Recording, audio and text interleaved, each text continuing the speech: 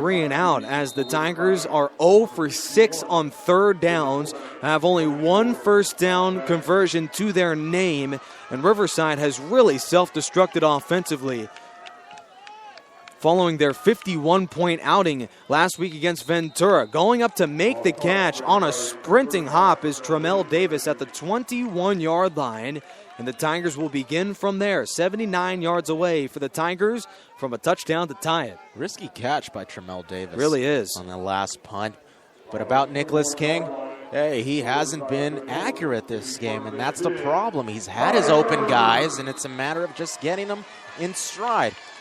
He hasn't done it so far, and that it shows in the scoreboard, a big 0. Only 2 receptions, that's right, Dan, by wide receivers in this ball game. It's just been a half to forget about. King, a pump fake. He's looking long, steps up in the pocket, still down the field. Pump fake, will throw on the run himself, and ends up reaching across the 30 down to the 31-yard line. It looked like for about 4 separate occasions that King was going to throw it. Instead, runs for a Tiger first down, make it a gain of 10. 3 separate pump fakes. I don't know how much of that is just him improvising or him hesitating. The Mounties were flustered on the defensive side. The Tigers only have 2 first downs at the opening half, and King has run for a first down on both of them. 6:27 to go. Mounties lead by 7. The same story for the Tigers. They trailed throughout the majority of the first half last occasion. And here comes Riverside back to work. Down by a score. Throwing to Whitney. The pass is incomplete. Dropped by the man who's been offered by literally every NCAA school in the country. And the slant route, no good. 2nd and 10. King now 3 of 11 passing. And boy, the Riverside Tigers are back behind schedule again offensively. Isaac Whitney took a bone-jarring hit down the middle, and that's why he dropped it. First down make is the 41. King whips it out far side. Pass is complete to Michael Stallone, who gains 1, maybe 2. And another short variety pass for Nick King goes for a short pickup. Stallone, during that last meeting, 6 receptions for 18 yards, only 3 yards a catch. That one goes for 2. Now a very uncomfortable 3rd and long, 3rd and 9 to be exact. They've been 0 for 6 on third downs in this game. It just has been a horrific third down effort for the Riverside Tigers, not only today, but this season. Pass rush coming, eludes out of a sack. King runs himself across the 30 and will be pummeled at the 34-yard line. That Mountie bench is erupted as they force yet another punt by the Riverside Tigers. Anthony Zamora is on for his 7th. The Mountie defense is pitching a shutout thus far, holding Nicholas King, containing him in the pocket, and when he does run out of the pocket, not much for him, only 2 first downs. To the credit of the quarterback King, he is not frustrated. Obviously, you would be a little bit disappointed, but he still is rallying the troops. Zamora with a line drive kick. Vaughns will fumble it for the meantime, but will recover his own drop at the 37-yard line. The Mounties will begin in their own end, but leading by 7 with 5 minutes to go.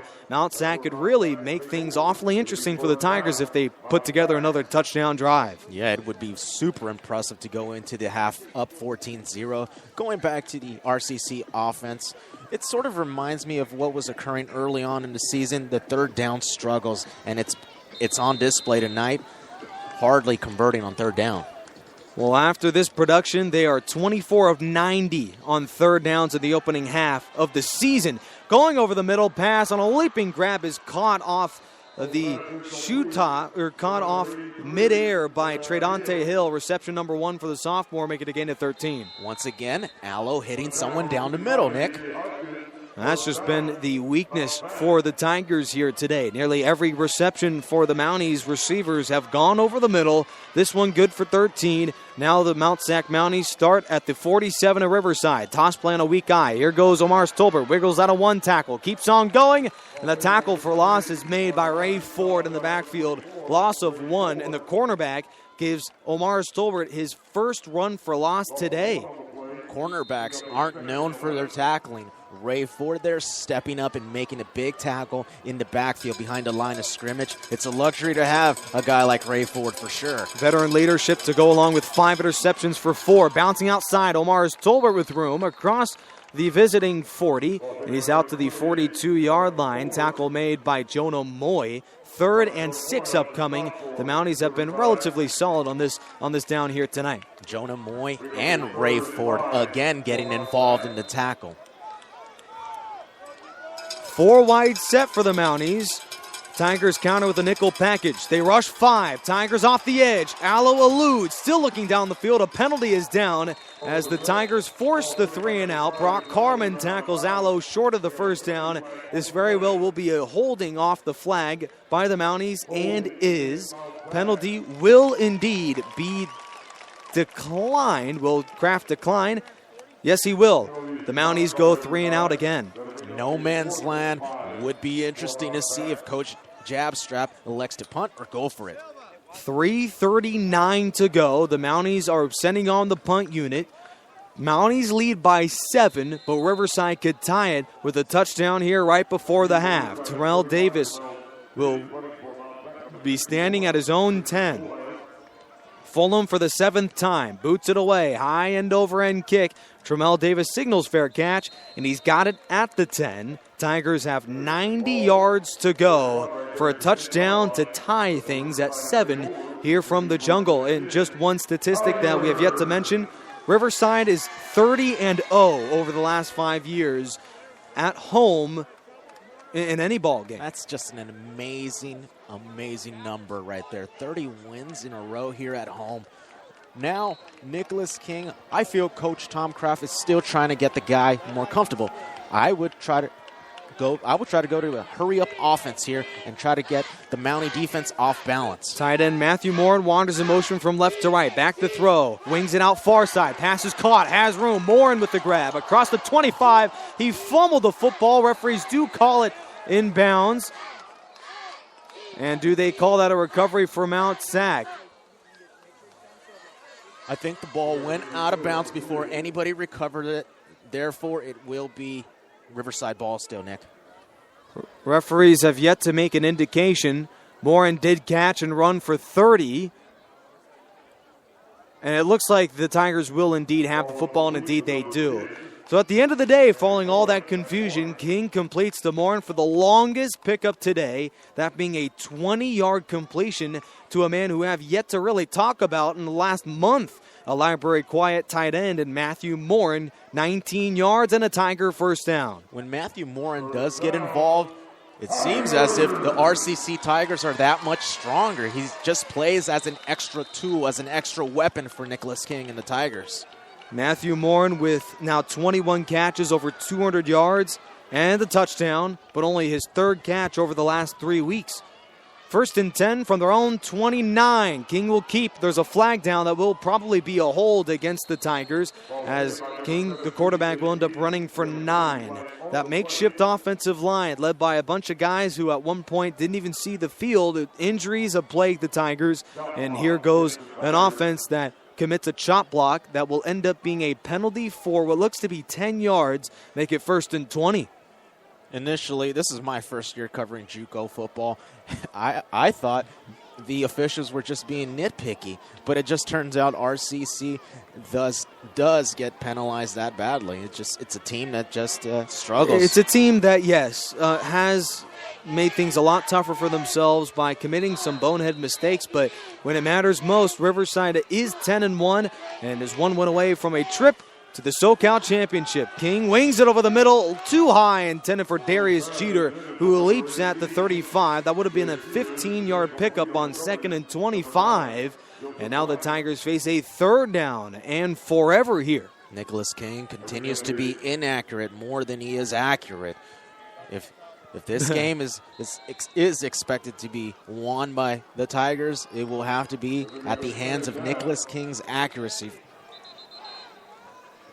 7-0 Mounties, 2:48 to go. King's going to really have to wing one deep down the field if he hopes to convert this. 3rd down and 24 from their own 15. King operates out of the gun. Mounties have 6 men in the box. Hand off on a delay. Foster has room across the 20. Wiggles 25. Stiff arm to the 30 and is spun down at the 33-yard line by Sidavani Tama-Avena. And it looks like the Tigers will punt, but they'll go for it. It'll be 3rd down now. Well, the sticks signaled it was third down, but following the penalty, they were not aware that it was a second down. 3rd and 6. Tigers with a full wide set, trailing by a touchdown. 2:30 to go on a running clock. King operates out of the gun. Anderson flanks the quarterback. Back to throw. Pump fake. Floats it deep down the field. Nobody's home. Pass goes out of bounds. No flag. Even though the Mounties did hit an offensive lineman late, and there's still no penalty down on the field. My goodness, the Mounties are asking for it, and they will not get it with 2:23 to go. The Tigers punt for the 8th time. Nicholas King looks very uncomfortable in the pocket. He notices the blitz coming from the Mounties, and he just throws it away pretty much. Foster is walking extremely gingerly here on the near side. He's a man that started his campaign as a Tiger with a hamstring injury. Hopefully doesn't end it in the same fashion. He's dealing with a hamstring now, yet Zamora's punt does reach inside the opponent's 30, rolls to the 22-yard line. Zamora's had a great game punting the football around 40 yards a boot, and the Mounties will start their drive with a 21-yard line going in. They'll start on 21, and most likely they'll start with the hurry-up offense with 2:10 remaining in this first half. I expect Justin Alho and the Mounties to play faster here. The Tigers will receive to begin the second half of action here, and I'm sure that offense is, with one extra possession, thinking we really got to do something in a 7-0 ball game that really has not been the defense's fault at all. The Mounties had the 180-yard drive, but ever since has not been the same offense. 2:10 to go. Mount Sac could make this thing a 2-possession ball game with points here. Pistol set handoff to Amaris Tolbert. A cloud of dust later, gains 2. And we are now under 2 minutes to go in a 7-0 Mountie lead in the opening half. If I'm RCC going into the half with a 7-0 deficit, I'm content. Well, it was 17-10 Mounties at the end of the first half in the Week 7 game during the regular season about a month and a half ago. The Tigers know how to come back from a deficit. They are a second-half ball club. That is an understatement. Two wide set, both to the far side. 2nd and 9 for Allo, and Omar Stolbert, who flanks behind him. Allo looking long, eludes out of a sack. Looking down the field, will take it himself across the 30 and keeps out to around the 33-yard line. Takes a tumble after a gain of 8, and that will move the chains on a 3rd down and long. In their first matchup, in their first meeting, I don't remember Justin Allo being this elusive, Nick. Well, Allo is among the best quarterbacks in the National Central Conference running, has over 250 yards now on the ground. Omar's Tolbert on the ground as well, will end up gaining about 7 out to around the 40. And the Mounties keep moving the football down the field, but time is becoming a mortal enemy for Mount Sac, now down to 57 seconds on a running clock. They really are, and they're lining up fast, Nick. Allo with a shotgun, looking to throw, pump fake, hit as he throws, going down the field, pass is caught, breaking out of a tackle, goes Tredante Hill to the 10, to the 5, reaching to the end zone, and he's got it for a touchdown. Tredante Hill in the end zone. The sophomore with only his 2nd touchdown of the season puts the Mounties with an extra point up by 14 here on the road. Tredante Hill, of all players, finds the end zone. No trickery, nothing new. It's exactly what the Mounties have been showing us all game long, and it's the pass down the middle. Again, open. Big touchdown, up 13-0, pending the extra point now. Yeah, the Tigers offense has nothing to blame but themselves. 0 points on 10 drives for Riverside. That is really lethargic, to say the absolute least. 44 seconds to go, though, for Riverside with 2 timeouts. They do trail by 14, but have an opportunity to make things interesting with points on this possession. That was a 60-yard pass, though, from Allo to Tredante Hill. Nicholas King really is going to have to lace up his boots and go. I'm talking about he's really going to have to take control of the offense and lead RCC to victory tonight, and it starts with his accuracy. He's been super inaccurate tonight. In the second half coming up, expect him to make adjustments and improvements. Well, Nicholas King faces his largest deficit as a quarterback for the Riverside Tigers, this being a 14-0 hole in favor of the Mounties. King is 8-0 as a starter for the Tigers, looking to make it 9 straight. Recovering from the end zone is Marenko out across